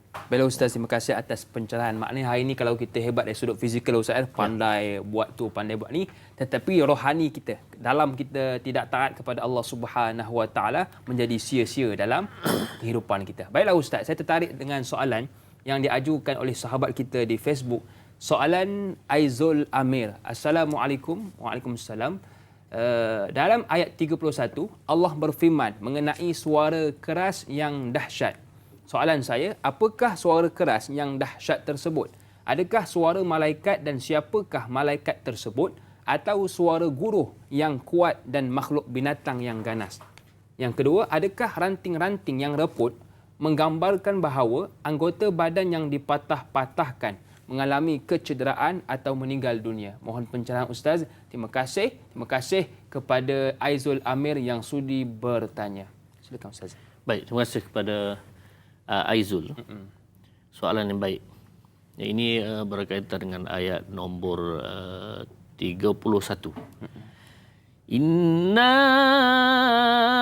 arsalna alaihim sayhatan wahidatan fakanu kahashimil muhtadhir. Sesungguhnya kami hantarkan kepada mereka satu pekekan yang dahsyat, lalu menjadikan mereka hancur seperti ranting-ranting dan daun-daun pecah, hancur berderai yang dikumpulkan oleh pemilik binatang kandang binatang ternakan. Tuan-tuan muslim-muslimat rahmati Allah sekalian. Jadi apabila Allah Subhanahu Wa Taala nak menghancurkan kaum Samud ini, datangnya taufan, kemudian kilat petirnya yang akhirnya mereka ini sebenarnya telah melihat kisah sebelum, iaitu kisah berlaku kepada Nabi Nuh. Nah, Nabi Nuh alaihissalam bila mereka hancur tadi, kaum mereka hancur dengan banjir. Mereka buat atas bukit rumah ni. Jadi dia kata tak kena dah. Air itu tak sampai dah. Itu pada pandangan mereka. Rupanya Allah tidak buat begitu. Allah lebih tahu untuk menghancurkan kejahatan manusia ini, iaitu Allah hantarkan ribut taufan. Sehingga dalam riwayat menyebutkan bahawa pekekan ini memecahkan telinga mereka. Mati juga. Mati dengan pecah telinga tadi kerana kuat sangat. Kita tuan-tuan kalau tempat berdesing kuat sangat, apa jadi kita? Kena, tak tahan dah. Gitulah, kuat sangat pecah telinga mereka, yang akhirnya itulah saat kehancuran kepada kaum Samud. Jadi tak apalah, bagaimana sahaja Allah Subhanahu Wa Taala nak buat, Allah boleh saja. Nah, sebagaimana akhir zaman nanti Allah matikan manusia beriman ini dengan datangnya angin sahaja, angin lembut yang mencabut semua nyawa manusia. Boleh saja, makna dengan segala kehendak Allah boleh buat. Tak penting perkara itu. Yang pentingnya ialah bagaimana kita mentaati perintah Allah mengikut cara Rasul yang telah ditunjukkan oleh Nabi pada zaman. Kalau zaman kita Nabi sallallahu alaihi wasallam. Jadi dengan sebab itu tuan-tuan, kisah-kisah seperti kisah Nabi Nuh dan kaumnya, kaum Ad, kaum Samud, ini adalah satu misal, satu contoh yang perlu untuk kita sama-sama ambil ibar pengajaran yang selama-lamanya untuk panduan hidup kita sehinggalah kita mati. Baiklah Ustaz, terima kasih atas pencerahan. Kita sudah mendengar banyak kisah Nabi Nuh, Nabi Hud dan sebagainya, menunjukkan di sini ialah mungkin apa yang kita dengar tadi mustahil di sisi kita Ustaz. Mustahil di sisi kita, tetapi tidak mustahil di sisi Allah Subhanahu Wa Taala. Baiklah Ustaz, tadi Ustaz ada memperdengarkan Quran hinggalah ayat ke-32. Mungkin Ustaz nak sambung pada ayat seterusnya 33 dan 40 tentang Nabi Lut Ustaz. Silakan. Bismillahirrahmanirrahim. Kazzabat qaum Lutin bin nuzur. Inna arsalna alaihim hasiban illa ala Lutin najjaynahum bisahar. Ni'matan min 'indina kadzalika najzi man syakar. ولقد أنذرهم بطشتنا فتماروا بالنذر ولقد راودوه عن ضيفه فطمسنا أعينهم فذوقوا عذابي ونذر ولقد صبحهم بكرة عذاب مستقر فذوقوا عذابي ونذر ولقد يسرنا القرآن للذكر فهل من مدكر Sadaqallahul azim. Tuan-tuan, itu ayat berkaitan kisah kaum Nabi Lut. Dan tuan-tuan, Tarannum saya baca tadi, nama Tarannum Murattal Iraqi. Biasa dibaca oleh Syekh Mahmud Khalil Husari, Syekhul Maqari fi Bidiyar al-Misriyah sabiqan. Iaitu tuan-tuan boleh tengok dalam, kalau YouTube tu bacaan dia type ya Husari, Husary, insya-Allah jumpalah bacaan itu. Bunyi agak klasik sikit tapi bila kita dengar banyak kali tu dia akan menenangkan jiwa kita. Betul. Menusuk dalam jiwa dengan bacaan Tarannum Iraqi. Itu juga Ustaz tengok jarang dibuat oleh imam-imam kita lah. Kalau nak buat tu tak ada masalah, cuma perlu dilatih sedikit. Insya-Allah dapat sama-sama belajar perkara itu. Baiklah Ustaz, terima kasih atas pencerahan. Jadi mungkin Ustaz dah mempendengarkan bacaan bermula ayat 33 tadi hingga ayat 40 berkenaan kaum Nabi Lut, dan insya-Allah kita nak sambung dengan soalan yang diajukan oleh sahabat kita di WhatsApp. Assalam Ustaz dan Da'i. Waalaikumsalam. Dalam ayat 35 maksudnya, sebagai limpah kurnia dari kami, demikianlah kami membalas orang-orang yang bersyukur. Soalan saya, kalau kita bersyukur, kita akan dibalas dengan nikmat. Apakah syukur yang dilakukan oleh Lut sampaikan baginda mendapat keselamatan itu? Mohon pencerahan Ustaz. Terima kasih. Hajah Ramnah Haji Rahmat dari Bandar Spring Hill, Port Dickson. Terima kasih kepada Hajah Ramnah yang sudi bertanya tentang syukur Ustaz yang dilakukan oleh Nabi Lut. Silakan. Terima kasih. Jadi sebelum itu saya nak ceritakan tentang kisah Nabi Lut alaihissalam. Tuan-tuan muslimat rahmatullah sekalian, kaum Lut ini adalah satu kaum yang Allah beri kelebihan dalam perkara-perkara yang lain. Cuma ditonjolkan ini ialah kisah ingkarnya kaum Nabi Lut. Sebenarnya perkataan, minta maaf lah kalau saya sebut sini, perkataan liwat. Asal perkataan Lut. Cuma sifat itu digunakan dengan menggunakan perkataan tersebut. Baik, tuan-tuan, Nabi Lut telah berdakwah kepada kaumnya. Dia ada satu kesukaan kepada kaum ini, iaitu jantan suka jantan. Susah juga. Kalau jantan suka kepada perempuan semua, okey je, tak ada masalah. Itu biasa. Perempuan suka lelaki, tak ada masalah. Tapi kalau lelaki suka lelaki, perempuan suka perempuan, masalah. Dan ini berlaku kepada kaum Lut. Baik. Golongan sekarang ini dia cuba menjustifikasi bahawa itu satu fitrah, satu kebiasaan yang boleh diterima sebenarnya, ya, mana hak asasi manusia.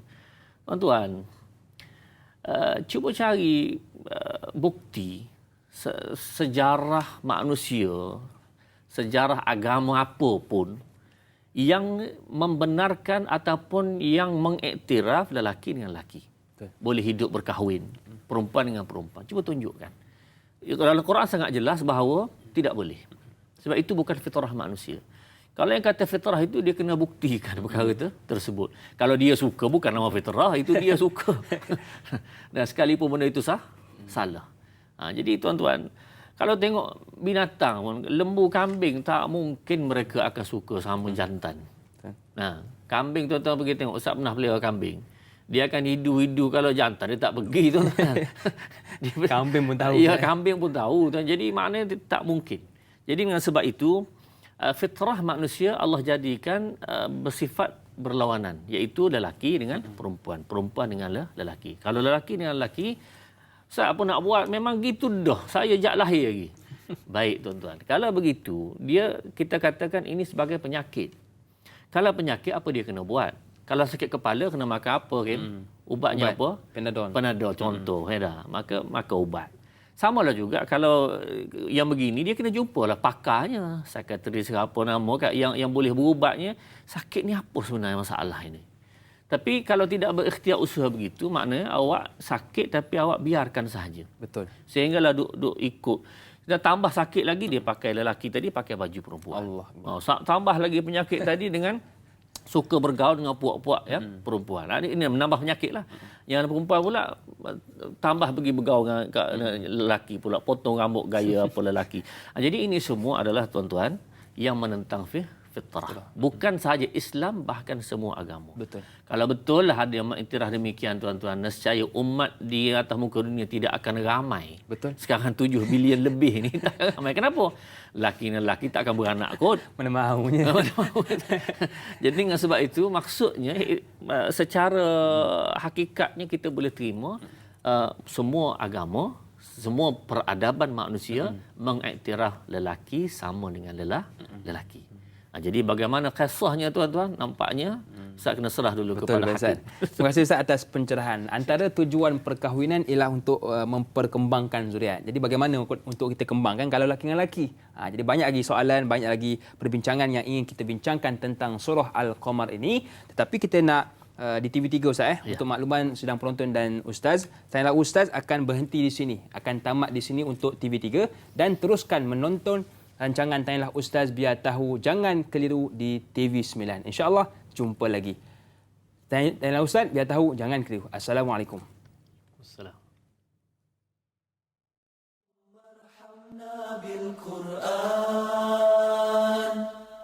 واجعله لنا إماما ونورا وهدى ورحمة اللهم ذكرنا منه ما نسينا علمنا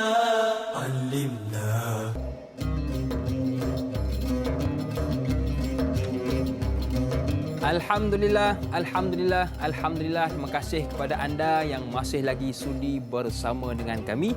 Buat anda yang baru bersama dengan kami, hari ini kita membincangkan topik tafsir iaitu surah Al-Qamar bersama dengan guru kita Al-Fadhil Ustaz Dr. Luqman Ibrahim. Jadi kepada anda sedang penonton yang ingin ajukan soalan, boleh sahaja buat panggilan bebas tol 1800 88 1677 atau boleh WhatsApp kami ke nombor 011 1233 6480 atau terus ke Facebook kami Tanyalah Ustaz TV3. Kita hari ini membincangkan tentang surah Al-Qamar, ada 55 ayat. Kita sudah bincangkan 32 ayat yang pertama dan sekarang kita membincangkan ayat 33 hingga ayat 40 berkenaan Nabi Lut. Jadi mungkin Ustaz ingin sambung tentang pencerahan tadi. Silakan Ustaz. Baik, terima kasih Hakim. Tuan-tuan muslimat rahmat Allah sekalian. Berkenaan dengan kisah Nabi Lut, kaumnya sebenarnya fokus ialah kepada kaum yang beramal ataupun PL-nya melakukan perkara di luar daripada fitrah, iaitu lelaki kahwin lelaki, perempuan dengan perempuan, walaupun tidak disebut tetapi mukhalafahnya begitu. Baik, tuan-tuan muslimat rahmat Allah sekalian,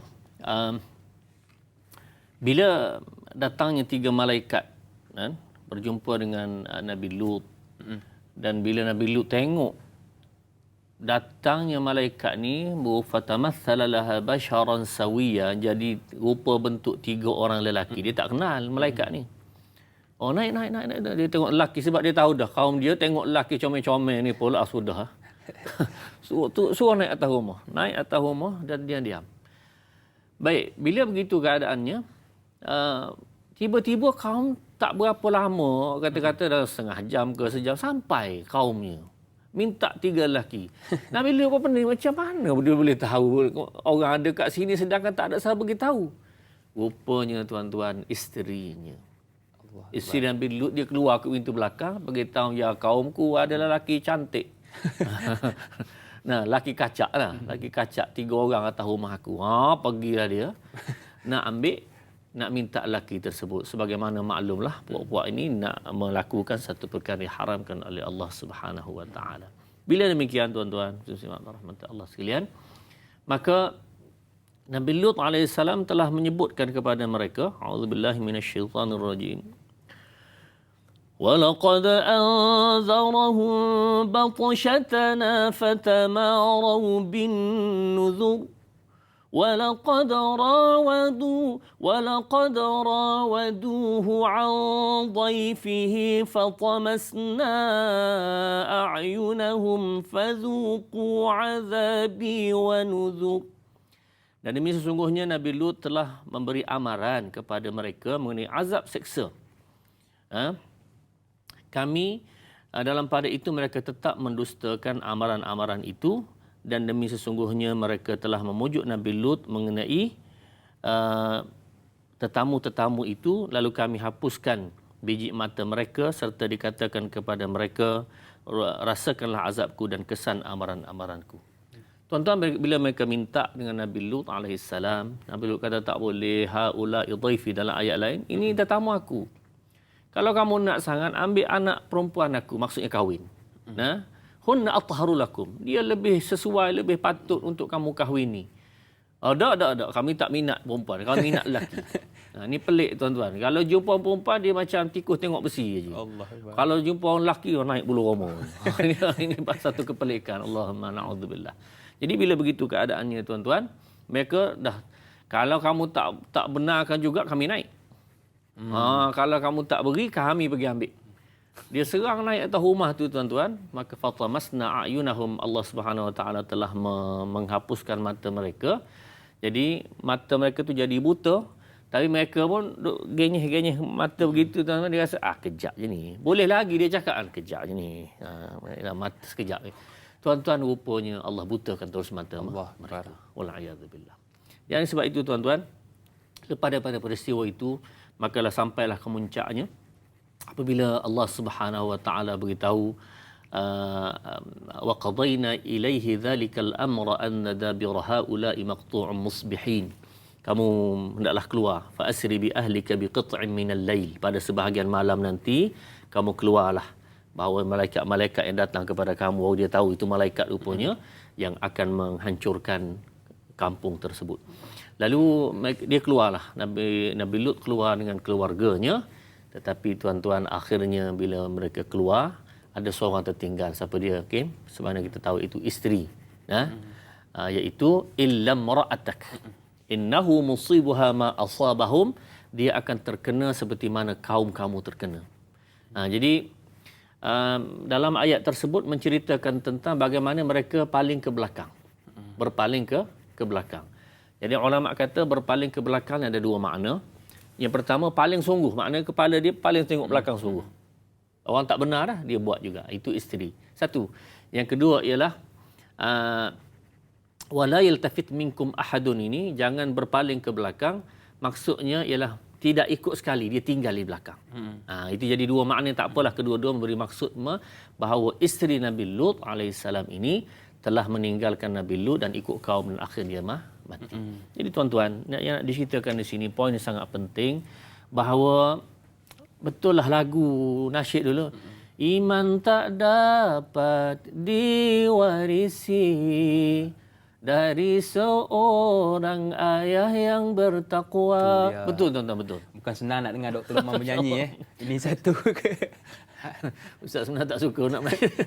Tapi itu makna betul. Iaitu iman memang tak dapat diwarisi oleh seorang ayah yang bertakwa. Makna ayah baik, anak baik juga belum tentu. Belum tentu. Jadi ayah kena ikut pak. Betul. Nabi Nuh tadi anak tak nak ikut. Ya bunayya yarkam ma'ana, wahai anakku naik atas kapal sekali. Qala sa'awi ila jabalin ya'simuni minal ma'. Aku panjat bukit bapakku. Tak apa. Bukit lagi okey. Allah hancurkan mereka semua. Makna tuan-tuan, jadi kalau isteri sekalipun, isteri tadi dia bertanggungjawab untuk taat kepada perintah Allah. Bukan, tak apa dah, suami kita ustaz. Suami kita ulama. Apa-apa sajalah. Yang penting tuan-tuan, kalau dia tak ikut perintah Allah Subhanahu Wa Taala, dia akan jadilah seperti mana Nabi Lut. Wa mara'ata Nuhin wa mara'ata Lut, dua-dua ini Allah telah confirm dalam Quran bahawa mereka mati kufur kepada Allah Subhanahu Wa Taala. Jadi golongan seperti inilah yang Allah sebut tadi, kadzalika najzi man syakar, iaitu orang patuh dan taat pada perintah Allah, Nabi Lut, dan juga dia punya ahli keluarga yang keluar daripada kampung tersebut. Baiklah Ustaz, terima kasih atas pencerahan. Bila kita dengar akan kisah Nabi Lut, membuatkan kita rasa takut Ustaz. Takut dengan perkara yang berlaku di zaman Nabi Lut, dan sekarang pun berlaku juga di zaman kita. Jadi insya-Allah kita doa kepada Allah Subhanahu Wa Taala agar dijauhkan dari perangai-perangai kaum Nabi Lut. Baiklah Ustaz, mungkin Ustaz nak sambung memperdengarkan bacaan pada ayat 41 hingga 42 Ustaz. Silakan. Bismillahirrahmanirrahim. Walaqad jaa'a ala fir'auna an-nuzur كذبوا بآياتنا كلها فأخذناهم أخذ عزيز مقتدر. Dan demi sungguhnya Fir'aun dan kaumnya telah didatangi Rasul pemberi amaran. Mereka telah mendustakan mukjizat-mukjizat kami semuanya. Lalu kami timpakan azab seksa kepada mereka sebagai seksaan dari yang maha perkasa lagi maha berkuasa. Tuan-tuan muslimin dan rahmat Allah sekalian, sebenarnya Allah ringkaskan dalam dua ayat ini kisah Firaun dan juga kisah Nabi Allah Musa alaihissalam. Sebenarnya Firaun itu orang panggil leluhur raja-raja Mesir. Ya, leluhur raja aja, keturunan raja Mesir. Jadi yang disebutkan dalam kisah Nabi Allah Musa secara umum nama Firaun, katanya Ramses, wallahu a'lam lah, kita tak dapat pastikan perkara tersebut. Baik, bila begitu keadaannya, Firaun ini sangat tegar. Bahkan dia telah membunuh semua budak-budak pada zaman Nabi Allah Musa. Puncanya kenapa tuan-tuan? Kerana dalam hadis yang sahih itu berkenaan Firaun ini dia telah bermimpi satu orang budak lahir dan menghancurkan kerajaannya. Jadi dia tanya dia punya kahin tukang tilik. Zaman sekarang suka tilik dalam Facebook. Ada tilikan. Ada juga. Ada juga muka begini akan jadi gini. Tuan-tuan sila jauhkan perkara tersebut. Kerana ini telah disebut dalam Quran. Ustaz bukan nak berhukum tetapi sila jauhkan. Takut-takut dia membawa kepada perkara diharamkan oleh Allah. Baik, tukang tilik ini telah memberitahu bahawa benar akan lahir seorang budak lelaki yang akan menghancurkan kerajaan kamu. Oh, dia tahu gitu. Baik, mulai daripada hari ini semua budak lelaki yang lahir bunuh. Allahuakbar. Budak perempuan tak apa, budak lelaki.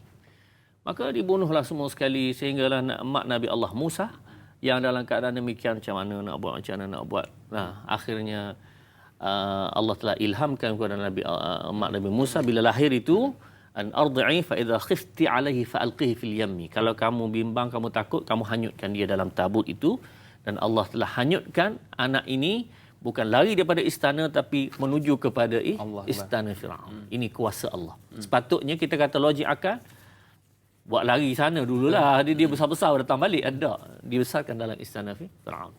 Dan akhirnya bila Musa ini besar, ini Ustaz ringkaskan cerita dah, dan tuan-tuan biasa dengar kisah ini.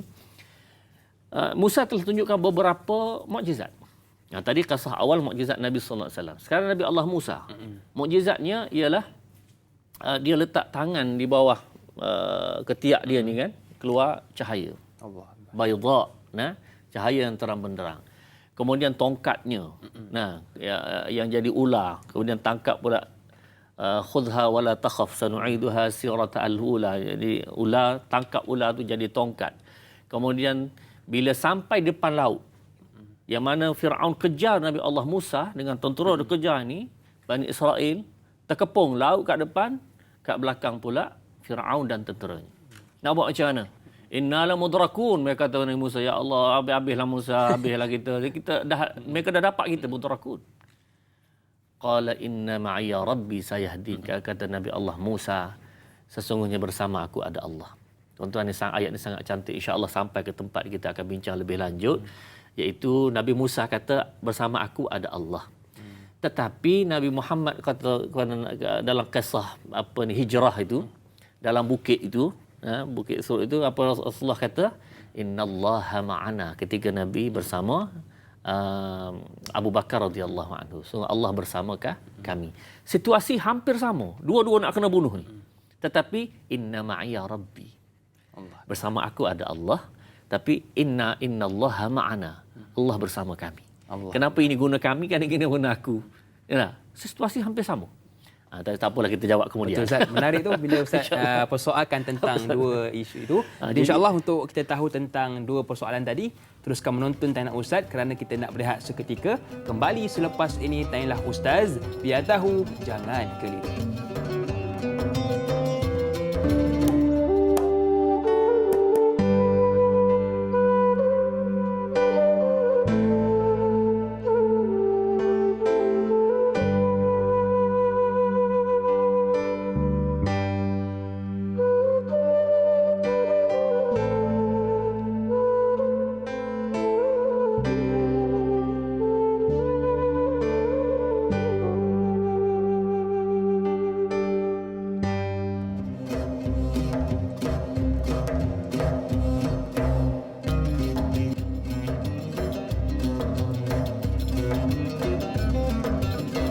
Alhamdulillah, terima kasih kepada anda yang masih lagi sudi bersama dengan kami. Pejam celik. Kita sudah berada di penghujung rancangan Tanyalah Ustaz Biar Tahu Jangan Keliru. Semoga apa yang kita dengar dan kita tonton pada hari ini memberi manfaat khususnya buat diri kita. Baiklah, kita sudah banyak mendapat pengajaran bermulanya ayat 1 hingga ayat 42 dan insya-Allah Ustaz akan memperdengarkan bacaan bermula ayat 43 hinggalah habis ayat 55 insya-Allah. Silakan Ustaz. Terima kasih Kim. Bismillahirrahmanirrahim.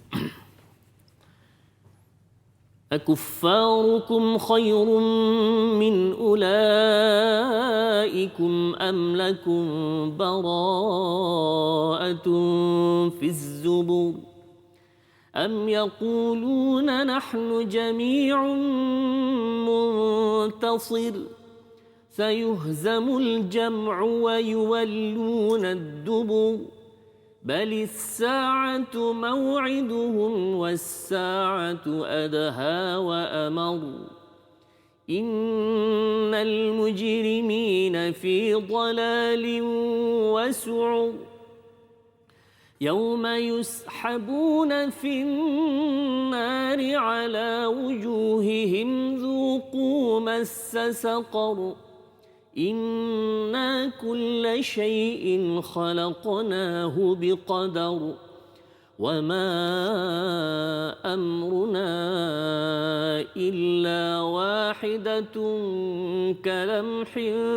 بالبصر ولقد أهلكنا أشياعكم فهل من مدكر وكل شيء فعلوه في الزبر وكل صغير وكبير مستطر إن المتقين في جنات ونهر في مقعد صدق عند مليك مقتدر.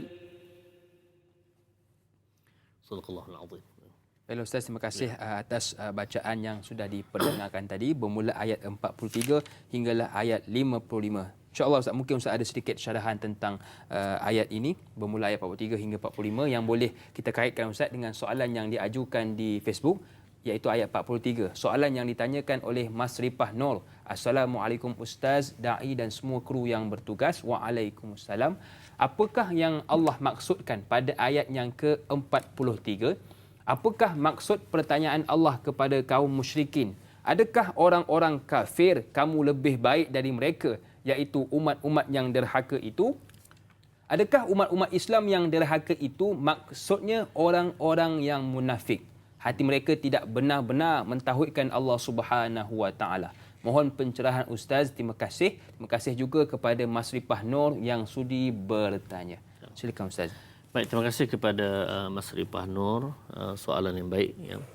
Tuan-tuan muslimin rahmat Allah sekalian, ayat 43 itu, adakah orang-orang kafir kamu wahai kaum musyrikin Makkah lebih baik dengan kekuatan, kekayaan dan kehandalan kamu daripada kaum-kaum kafir tersebut itu? Adakah kamu punya sebarang bukti dalam kitab-kitab suci tentang kebebasan kamu dari azab? Tuan-tuan muslimin rahmat Allah sekalian, kaum musyrikin Makkah dia ada kelebihan kekayaan, kekuatan, kuasa pemerintahan di Mekah. Dengan sebab itu Allah Subhanahu Wa Taala sebut kalau kamu ada kuasa, orang dulu ada kuasa juga. Betul. Kaum Ad, kaum Samud, hebat-hebat Melaka tu. Tapi hebat-hebat tu Allah hancurkan Melaka. Nah, dan kalau begitu keadaannya, kamu juga tidak selamat. Nah, dengan keselamatannya hanya satu sahaja, kamu mengikut apa yang telah dibawa oleh Muhammad sallallahu alaihi wasallam. Tuan-tuan, Ustaz nak sebut sikit sini, nak kaitkan sikit sini, iaitu zaman sekarang ni ialah dalam media sosial ada orang bandingkan di antara orang Islam dan orang kafir. Sebenarnya bandingan itu tak kena. Kafir yang adil, Muslim yang karut, ataupun Muslim yang zalim. Kafir yang adil, Muslim yang zalim. Bandingan tak kena. Kalau nak banding, maka banding Muslim yang adil, kafir yang adil. Baru betul. Kalau Muslim yang jahat, kafir yang jahat. Baru betul. Ini dia terbalik kod dia banding itu tak kena. Betul. Jadi tuan-tuan, dengan sebab itu hakikatnya orang Islam dan orang kafir ini tidak dibandingkan. Kita bandingkan ukuran kita adalah dengan Nabi sallallahu alaihi wasallam. Sejauh mana kita patuh kepada Allah dan Rasul. Maka di situlah kita punya tahap perbandingan. Orang yang taat dengan orang yang tidak taat kepada Rasul. Jadi tuan-tuan. Jadi dengan sebab itu Ustaz kira menjawab soalan yang secara umum disebutkan oleh Mas Rifah tadi. Baiklah Ustaz, terima kasih atas pencerahan. Kita nak terus meraihkan soalan seterusnya di WhatsApp. Assalamualaikum Ustaz dan Da'i. Waalaikumsalam. Ayat 49. Apakah yang dimaksudkan? Sesungguhnya kami ciptakan segala sesuatu menurut ukuran. Bagaimana ukuran yang dimaksudkan itu? Mohon pencerahan Ustaz. Sekian, terima kasih. Terima kasih kepada yang sudi bertanya. Ukuran bagaimana Ustaz yang dikatakan? Terima kasih kepada yang bertanya tanpa nama tadi. Berkenaan dengan soalan ayat nombor 49. A'udzubillahi minasyaitonirrajim. Inna kulla syai'in khalaqnahu biqadar. Sesungguhnya kami menciptakan tiap sesuatu itu menurut takdir atau menurut ketentuan qadar yang ditentukan oleh Allah Subhanahu wa taala. Tuan-tuan, Allah Subhanahu wa taala menjadikan alam ini sebelum kejadian alam ini sudah ada dia punya manual dia, dia sudah ada satu ketetapannya yang sudah ada di sisi Allah Subhanahu wa taala. Hatta kalau tuan-tuan buka di dalam hadis 40, hadis nombor 4. Manusia ni bila dijadikan manusia, dia tiup roh dalam perut ibu dalam 4 bulan, tiupkan roh dalam perut ibunya. Kemudian ditulisnya rizquhu wa ajaluhu wa amaluhu syaqiyyun am sa'id. Rezekinya, ajal mautnya, amalannya dan juga syaqi am sa'id. Bahagia atau celaka di akhirat kelak, sudah tulis semua sekali. Oh, jadi semua kita buat ni sudah direkodkan semua dah. Lepas ni nak makan apa? Dah ada. Dah tahu dah. Dah tahu dah. Jadi kalau gitu apa makna kita sembahyang, kita puasa, kita buat ikhtiar, apa makna? Jawapan mudah Ustaz nak beri. Nah, jawapan mudahnya ialah kita buat tu kerana kita tak tahu. Dah. Kim, kalau tahu dah masuk syurga, agak-agak sembahyang lagi tak? Tak sembahyang dah. tak payah, dah tahu dah. Dah confirm dah. Confirm dah. Nah, jadi kalau katakanlah na'udzubillah seorang tu masuk neraka pula. Apa dia buat? Duk diam sajalah sebab confirm dah. Betul. Nah, buat jahat lalu sebab confirm masuk neraka. Ada kita tak tahu. Betul. Yang tu cerita hadis ni cerita ilmu Allah. Ilmu Allah. Dan memang Allah tahu sebelum, Allah tahu sekarang, Allah tahu akan datang. Dan sifatnya tuan-tuan, apa yang Allah buat kalau manusia diuji tuan-tuan, sifatnya kita nombor satu kita kena ingat ujian ini yang maha dahsyat kepada Rasul. Nabi Ibrahim dibakar. Nah, Nabi Isa hampir dibunuh. Nah, Nabi Yahya dibunuh. Nabi Muhammad SAW dikejar. Liyuthbitu ka au yaqtulu ka au yukhriju. Sama ada nak halau, sama nak bunuh. Itu sifat hakikatnya. Dipulaukan selama 3 tahun di Mekah. Nah, sehingga anak-anak mati dalam dokongan ibu kerana tak ada susu dan seumpamanya. Itu tuan-tuan, itu sifat ujian. Maknanya semua yang paling teruk kena Rasul. Lepas tu yang dekat sikit dengan Rasul. Tsummal amsal fal amsal. Iaitu yang dekat sikit dengan Rasul, yang bawah taras sikit, kemudian bawah sikit. Jadi sifat ujian ini memang Allah jadikan itu kebiasaan kepada manusia. Tak boleh lari. Ustaz sama, tuan-tuan puan-puan sama, semua sekali sama, sikit atau banyak. Tapi tuan-tuan, bangkit daripada ujian ini yang sangat-sangat penting. Nah, musim Covid ni apa semua macam-macam cerita. Tuan-tuan, Ustaz,